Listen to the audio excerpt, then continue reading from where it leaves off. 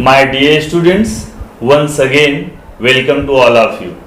And according to your watching time, a very good morning, a very good afternoon and a very good evening. Last lecture में हम लोगों ने क्या किया था? इस प्रश्न संग्रह 1.4 का पहला सम हो गया था। अच्छा, तो सम ये जो 1.4 प्रश्न संग्रह है, इसमें हम किस तरह के समीकरणों को हल कर रहे हैं?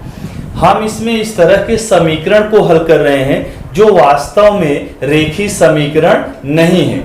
तो फिर हम लोग कैसे हल कर रहे हैं? हमारा पाठ, हमारा जो टॉपिक है, हमारा जो चैप्टर का नाम है, वो तो है दो चरांकों वाले रेखीय समीकरण। फिर जब ये रेखीय समीकरण नहीं है तो हम लोग कैसे हल कर रहे हैं? इस समीकरण को पहले हम लोग रेखीय समीकरण में बदलते हैं। रेखीय समीकरण में बदलते हैं। कैसे बदलते हैं? कुछ प्रतिस्थापन करके, कुछ इसमें जो चरांक है उसकी जगह दूसरा चरांक लेके हम लोग इस दिए गए समीकरण को दो चरांकों वाले रेखीय समीकरण में बदल लेते हैं।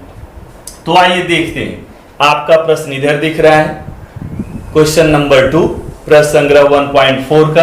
तो आइए देखते हैं। प्रश्न हमारा क्या है? 10/x + y plus 2/x - y बराबर कितना? 4। ये पहला समीकरण है। दूसरा समीकरण कितना है? 15/x + y minus 5/x - y बराबर कितना? 2। तो आइए इसको हम लोग समीकरण 1 और इसको समीकरण 2 मान लेते हैं। तो माना पहला समीकरण 10/x + y बराबर 2/x - y बराबर 4। इसको मान लिया हमने समीकरण 1 और इसको हम लोग मान लेते हैं समीकरण 2। किसको मान लेते हैं समीकरण 2? इसको। तो ये समीकरण क्या है? 15/x + y minus 5/x - y बराबर -2। इसको मान लिया समीकरण 2। तो जैसा कि हमने पहले सवाल में बताया था कि जो ये समीकरण है ना, ये समीकरण है, रेखीय समीकरण नहीं है। एक्चुअली वास्तव में हमको देखने से लगता है कि रेखीय समीकरण है, पर ये रेखीय समीकरण नहीं है। तो रेखीय समीकरण में बदलते कैसे हैं? मान प्रतिस्थापित करके। तो जैसा कि आप देख रहे हैं, इसमें a बटे में x + y है, इधर भी x + y है, यहां देखो हर में x - y है, x - y है। वास्तव में जो लिखा है 10/x + y, क्या लिखा है? 10/x + y। इसको हम ऐसे लिख सकते हैं 10 × 1/x + y। वो डाउट है क्या? नहीं ना। अच्छा, ये 10/x + y ऐसे अगर हमने ऐसे लिख दिया तो क्या इसके बराबर है? आइए देखते हैं। अगर इसको हम इसमें देखो गुणा कर रहे हैं तो ये 10 मतलब क्या होता है? 10/1। और जब हम लोग भिन्नों का गुणा करते हैं तो अंश का अंश से, हर का हर से। तो 10 का गुणा जब 1 में करेंगे तो 10 1 के कितना हो जाएगा? 10। x + y का गुणा 1 में x + y, मतलब यही चीज आ रही। तो इसी को हम लोग क्या लिख सकते हैं? 10 × x + y। तो ये जो x + y बना, इसको हम दूसरा चरांक मान लेंगे। अब यहां पर माना 1/x + y बराबर m मान लिया। इसी प्रकार आपको यहां पर दिख रहा होगा, ये जो लिखा है 2/x - y, इसको हम ऐसे लिख सकते हैं 2 × x - y। तो यहां पर 1/x - y को क्या मान लिया? n मान लिया। माना 1/x + y बराबर m रखने पर तथा 1/x - y बराबर n क्या करने पर? रखने पर। किस में रखेंगे? समीकरण 1 और 2 में। तो ये जो हमारा समीकरण 1 है, कौन सा? समीकरण 1। जब ये मान हम प्रतिस्थापित करेंगे, इसमें रखेंगे, तो ये समीकरण हमारा बदल जाएगा। अच्छा, इसका मतलब तो आपको समझ में आ गया। इसका मतलब क्या है? 10 × 1/x + y। इसका मतलब 10 × 1/x + y। तो क्या यहां पर लिख दूं 10m? ऐसे ही इसको क्या लिख दूं? 2 × कितना? 1/x - y। तो 2n हो जाएगा बराबर 4। ये हो गया समीकरण 3। तो इसी प्रकार समीकरण 2 में जब हम यही मान रखेंगे तो हमको मिलेगा 15m माइनस 5n बराबर -2। ये मान लिए समीकरण 4। अब आपको दिख रहा होगा कि जो चरांक यमियन में हमने दो समीकरण बनाया किस चरांक में, यम तथा यन में। तो यम तथा यन में अभी जो समीकरण बना ये रेखीय समीकरण है। क्या है? रेखीय समीकरण है। अब हम किसी विधि से हल कर सकते हैं। कौन कौन सी विधियां हैं हमारे पास? पहले तो गुणांकों को बराबर करके हल करना है, प्रतिस्थापन विधि है, आलेख विधि है, और कौन सा है? क्रैमर रूल है, क्रैमर का नियम है। तो आइए देखते हैं इसमें क्या करूं। चलिए गुणांकों को बराबर करके इसको हम लोग हल करने की कोशिश करेंगे। किसको बराबर करेंगे? गुणांकों को। तो आइए गुणांक देखते हैं। यम का गुणांक 15, यम का गुणांक 10, यहाँ 2 यन का गुणांक 2, यहाँ यन का गुणांक 5। तो छोटी संख्या ये है, यन का गुणांक इसमें 5, यन का गुणांक इसमें 2, तो 5 से इसमें गुणा कर दो और 2 से इसमें गुणा कर दो। यन का गुणांक कितना? 2, तो 2 से समीकरण 4 को गुणा कर दो, यहाँ 2 5 10 हो जाएगा। और इसका गुणांक जो 5 है, 5 से समीकरण 3 में गुणा कर दो, 5 दूनी 10 यन। तो इस तरह से यन का गुणांक बराबर हो जाएगा। तो आइए गुणांक बराबर करने के लिए हम लोग क्या करते हैं? समीकरण, कौन सा समीकरण? समीकरण नंबर 3। समीकरण नंबर 3 इसको किससे गुणा करेंगे? इसके गुणांक से। इसके गुणांक मतलब 5, तथा दूसरा समीकरण कौन है? 4, तथा समीकरण 4 इसको किससे गुणा करूं? इसके गुणांक से, मतलब 2 से गुणा करने पर। आइए गुणा करके देखते हैं। जब हम गुणा करेंगे किसको? समीकरण 3 को 5 से, तो 5 दहाम कितना हो जाएगा? हो गया ये 50, 50m प्लस 5 दूनी 10n, 10n बराबर 5 चौक 20। एक नया समीकरण बना लिया इसको, समीकरण 5। तो आइए समीकरण 4 को गुणा करना है किससे? 2 से। 15 दूनी कितना हो जाएगा? 30m हो जाएगा। यहाँ माइनस है, 2 पंचे कितना? 10n बराबर 2 दूनी 4, -4। ये एक नया समीकरण बन गया 6। तो जैसा कि अब आपको दिख रहा है कि यन का गुणांक बराबर है, यन का गुणांक बराबर है।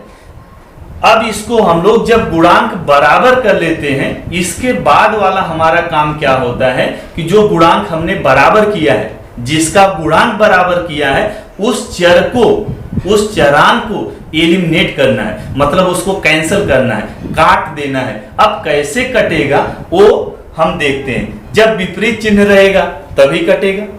तो पहले से देखो ये प्लस में है, ये माइनस में है, तो मतलब हमको अब चिन्ह बदलने की जरूरत नहीं है। और चिन्ह बदलने की जरूरत नहीं है तो क्या करेंगे? समीकरण 5 और 6 को जोड़ देंगे। बात समझ में आ रही क्या? जिसका गुणांक हम बराबर करते हैं उसी को क्या करते हैं? कैंसिल करते हैं। और कैंसिल कब होता है? जब विपरीत चिन्ह होता है। तो यहां आप देख रहे हैं पहले से विपरीत चिन्ह है, मतलब चिन्ह बदलने की जरूरत नहीं है। अगर समझो चिन्ह बदलने की जरूरत होती तो क्या करते? एक समीकरण में से दूसरा घटा देते, और जब घटाते हैं तो आपको मालूम है चिन्ह बदल जाता है। तो फिलहाल यहां पर क्या है? एक प्लस में है, दूसरा माइनस में। तो यहां पर क्या करेंगे हम लोग? समीकरण 5 और 6 को जोड़ देंगे। तो समीकरण 5 और 6 को जोड़ देंगे। समीकरण, चलिए यहां पर मैं लिखता हूं समीकरण, कौन सा समीकरण? समीकरण 5 और समीकरण किसको? 6 को। 6 को क्या करने पर? जोड़ने पर। तो आइए जोड़ते हैं। अच्छा, दोनों समीकरणों को लिख लेते हैं। 50m plus 10n, 50m plus कितना? 10n बराबर कितना है?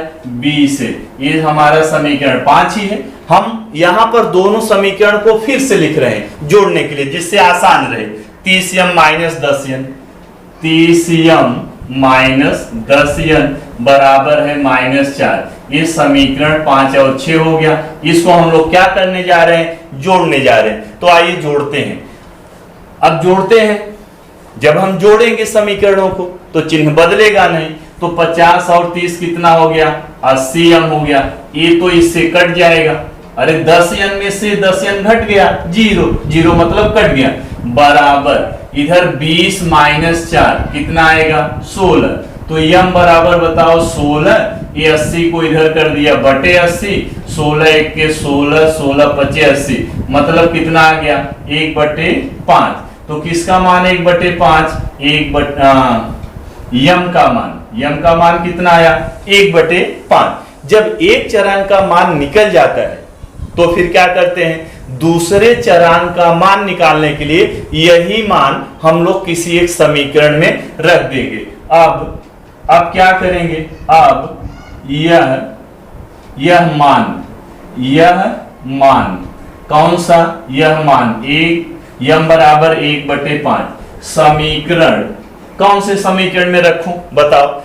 इधर 1 2 में नहीं रखना है, क्यों, अरे यहां तो हमने मान प्रतिस्थापित कर दिया ना, हमारा चरांक यम तथा यन है, ये तो x y में है, तो मतलब आप इसमें 3 4 5 6 में किसी में रख सकते हैं। तो आइए किस में रख दूं, 3 में, थोड़ा छोटा रहे, संख्याएं छोटी दिख रही, तो इसलिए हम समीकरण 3 में रखेंगे, जिससे हमको कैलकुलेशन आसान रहे। तो समीकरण 3 क्या है, 10m धन 2n, 10m का मान, ये देखो ना 10m, m की जगह पर m का मान 1/5 प्लस कितना है 2n, 2n बराबर कितना 4।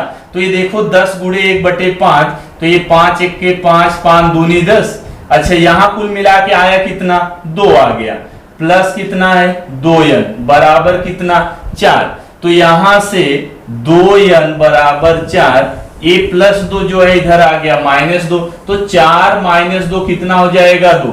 अच्छा अब यहां से बताओ n का मान, n बराबर कितना 2, ये 2 इधर गुणे में है, इधर लाओगे बटे हो गया, 2 1 का 2, तो n का मान कितना आ गया, 1 आ गया, n का मान कितना आया 1।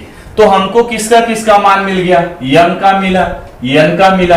अच्छा बहुत बार एग्जाम में गलती हो जाती है और हम इसी को लिख देते हैं आंसर। हमारा उत्तर हो गया m बराबर 1/5 और n बराबर 1। गलती क्यों होती है, थोड़ा ध्यान न देने की वजह से, जबकि प्रश्न में जो चरांक है वो x y है, जो चरांक है वो क्या है, x तथा y है, अर्थात हमको x तथा y का मान निकालना है, m तथा n के मान से मतलब नहीं है।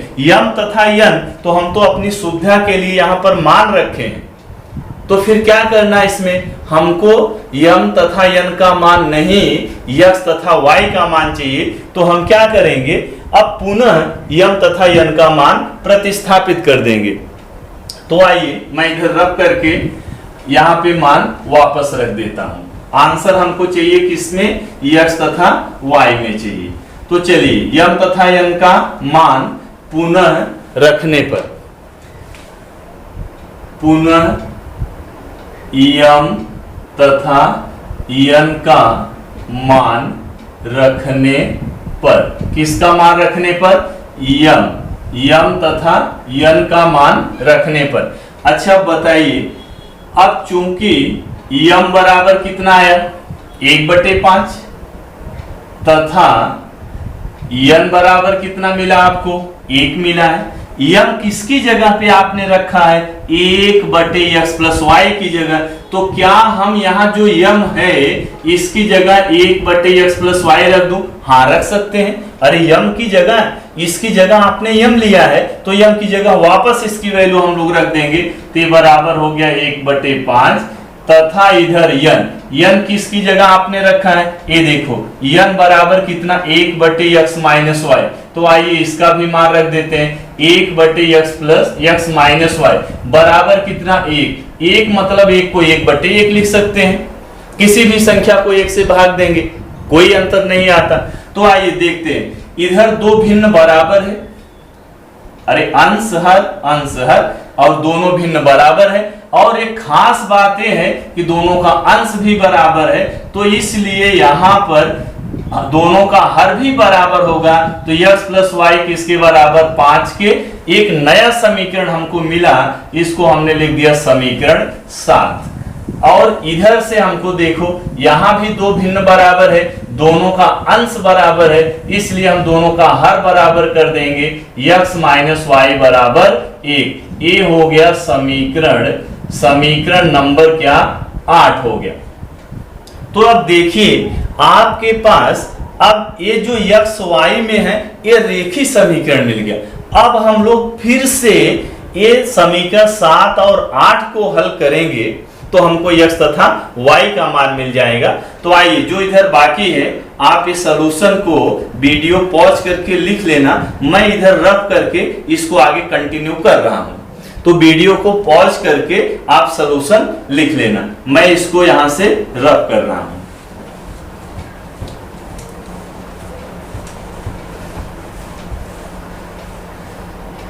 तो आपके पास अब दो समीकरण हो गया, समीकरण 7 और समीकरण 8। जैसा कि आपको दिख रहा होगा कि दोनों रेखीय समीकरण हैं, दोनों में x का भी गुणांक बराबर है और y का भी गुणांक बराबर है।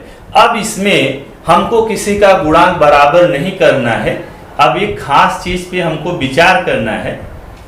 अब अगर दोनों समीकरण को हम लोग जोड़ेंगे, क्या करेंगे, अगर मान लो हमने जोड़ दिया, जोड़ने पर चिन्ह बदलता नहीं है, तो जब जोड़ेंगे तो इधर प्लस वाई है, इधर minus Y, plus Y minus Y cut जाएगा, हमको x का मान मिलेगा। और यदि एक समीकरण में से हमने दूसरा घटा दिया, समझो 7 में से समीकरण 8 को घटा दिया, और मालूम है जब घटाते हैं तो चिन्ह बदल जाता है, तो ये जो प्लस x है माइनस x होगा, तो इधर प्लस x माइनस x कटेगा, ये चिन्ह इसका बदलेगा, प्लस हो जाएगा, ये प्लस वाई जुड़ जाएगा। मतलब हम इन दोनों समीकरणों को जोड़ के भी हल कर सकते हैं और घटा के भी हल कर सकते हैं। तो आइए जोड़ देते हैं, जोड़ने पे हमको चिन्ह नहीं बदलना पड़ेगा। तो आइए जोड़ते हैं समीकरण, किस समीकरण को, समीकरण 7 तथा समीकरण 8 को क्या करने पर, जोड़ने पर। तो आइए जोड़ते हैं। समीकरण 7 क्या है, x प्लस वाई बराबर 5, ये समीकरण 7 है। समीकरण 8 क्या है, x माइनस वाई बराबर 1 है, समीकरण 8 है। तो चलिए जोड़ दिया, और मालूम है जोड़ते समय चिन्ह नहीं बदलता है, तो प्लस वाई माइनस वाई से कट गया, x प्लस x कितना आया 2x, इधर 5 1 कितना हो जाएगा 6, इसलिए x बराबर 6, ये 2 को इधर कर देंगे बटे 2, 2 तिहाई 6, तो x बराबर मिल गया कितना 3। अब क्या बच रहा है, y का मान निकालना बाकी है। तो मुझे उम्मीद है आपने इधर का हल जो है, सलूशन जो है लिख लिया होगा, तो मैं इधर कंटिन्यू कर दे रहा हूं। तो आइए अब इस x का मान समीकरण 7 में रख दो या समीकरण 8 में रख दो। तो आइए समीकरण 7 में रखते हैं। अब क्या करने पर, अब x बराबर क्या 3, यह मान, इस मान को क्या करेंगे, यह मान कौन से समीकरण में, समीकरण 7 में क्या करने पर, रखने पर। तो आइए रखते हैं, किसमें, समीकरण 7 में। तो हमारा समीकरण 7 क्या है, x प्लस वाई, समझ में आए क्या, x प्लस वाई। तो x की जगह x का मान हो गया, प्लस वाई बराबर कितना 5। तो यहां से अगर हम लोग y निकालें तो ये 5 तो इधर पहले से है, ये प्लस 3 इधर हो गया -3, y बराबर कितना आ गया 2। तो हमारा आंसर हो गया, आंसर कितना हो गया बताओ, x का मान कितना 3, y का मान बताओ 2। अच्छा एक चीज और मालूम है, आंसर हम लोग ऐसे भी लिखते हैं, x y छोटे कोष्टक में लिख दिया, तो आगे छोटे कोष्टक में पहले x का मान लिखेंगे, 3 कॉमा लगाएंगे y का मान। तो इस तरह से चाहे सलूशन हल ऐसे लिखो या ऐसे लिखो। तो इस तरह से ये था आपका प्रश्न संग्रह 1.4 का दूसरा प्रश्न। तो चलिए वीडियो को पॉज कीजिए और सलूशन को लिख लीजिए।